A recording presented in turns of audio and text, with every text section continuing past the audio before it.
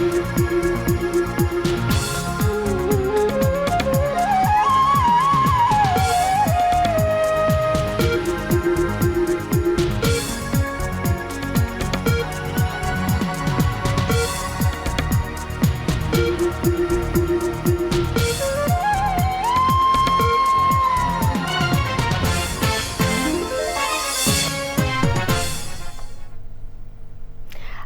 আলাইকুম।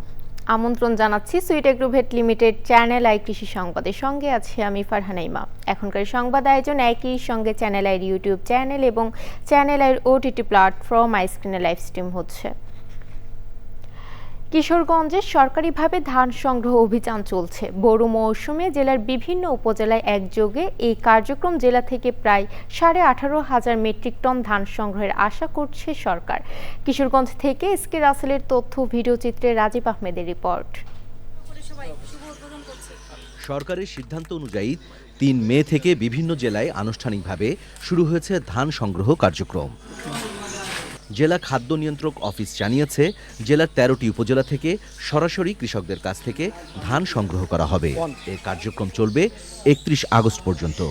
আমরা শুকনো ধানই কিনবো, কারণ ভেজা ধান কেনার কোনো নাই। আমরা বিনির্দেশ সম্মত হলে ধান কিনবো।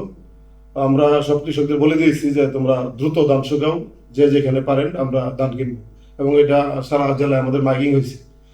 আরেকটা সুযোগ গভর্নমেন্ট দিচ্ছে যে 3 তারিখ ধান চাল কেনা হবে 15 তারিখ থেকে, 15/3 থেকে। এটা কমিয়ে এনে 3 তারিখ থেকে, আজকে থেকে চাল কেনা হবে, কিন্তু আমরা এখনো বরাদ্দটা পাইনি। বরাদ্দ বলে বিভাজন করে আমরা দ্রুত চাল কেনার ব্যবস্থা নেব। আর চাল কেনার ব্যবস্থা নিলে সরকার মিলাররা কৃষকদের কাছ থেকে ভিজা ধান কিনেও তারা চাল দিতে পারবে। চলতি মৌসুমে জেলায় 13টি উপজেলা থেকে 18,330 মেট্রিক টন ধান সংগ্রহের লক্ষ্যমাত্রা নির্ধারণ করা হয়েছে।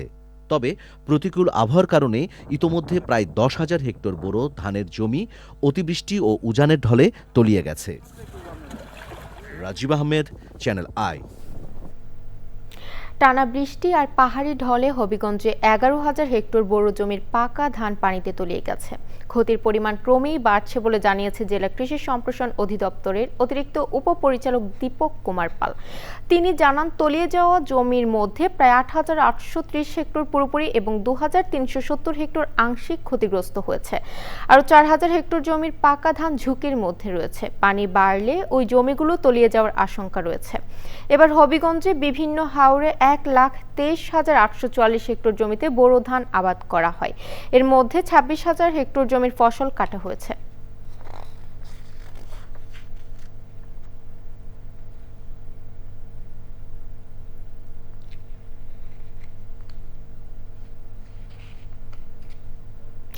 নওগাঁ জেলা বর্তমানে আমের জেলা হিসেবে পরিচিতি লাভ করেছে। ক্রমেই জেলায় আম বাগানের পরিমাণ সম্প্রসারিত হচ্ছে। তবে জেলার প্রধান জাত আম্রপালি আমের উৎপাদন কমে যাচ্ছে।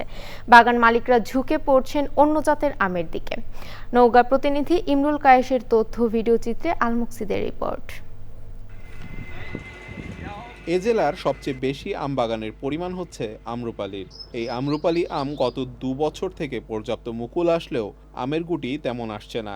আমের উৎপাদন নিয়ে এই এলাকার আম চাষিদের মধ্যে হতাশা দেখা দিয়েছে। তবে অন্য জাতের আমগুলোর ক্ষেত্রে আশানুরূপ ফলনের প্রত্যাশা বাগান মালিকদের। যদি সামনের দিনে ওয়েদার ভালো থাকে, এপ্রিল মাসটা যদি মোটামুটি ভালো যায় আমাদের, তাহলে কিন্তু আমরা কৃষকরা লাভবান হবো এবং ভালো একটা নওগাঁতে গত অন্য বছরের চাইতে এবার যেহেতু বাগানও বেড়েছে, অনেক প্রোডাকশন বাড়বে আশা করি। আম্রপালি বাগান করার ক্ষেত্রে নিরুৎসাহিত হয়ে অন্য আমের বাগান সৃজনের দিকে ঝুঁকে পড়েছেন বাগান মালিকরা। যে আম্রপালি আমটা আছে, এই আম নিয়ে আমরা চিন্তিত। সর্বশেষ পর্যন্ত আমের মার্বে লাগার যদি হাতে করে, তখন হয়তো দেখা যাবে যে আসলেই এক গাছ থেকে কত ক্যারেট আম আমরা পাবো। বাগানে ফসল নাই, আম নাই। কি আমটা রূপালি, বেড়ানাও তো সব কিছু হালকা একটু আছে, গরমিতে হালকা একটু আছে, রূপালি তো যাওয়া যাচ্ছে না।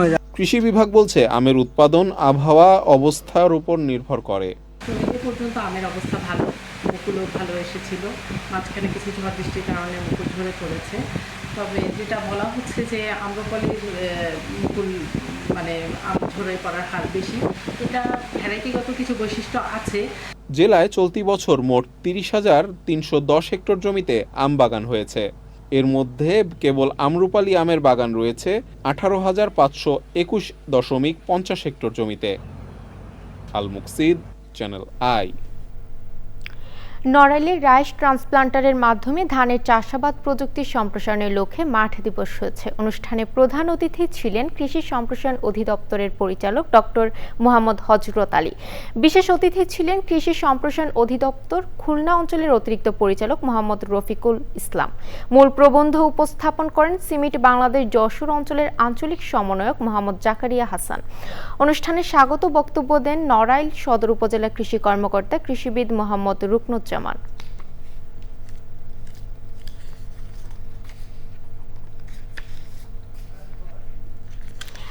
Sweet agrovet limited channel I কৃষি সংবাদের আজকের আয়োজন এ পর্যন্তই। পরবর্তী সংবাদ আয়োজনের আমন্ত্রণ জানিয়ে শেষ করছি। ধন্যবাদ।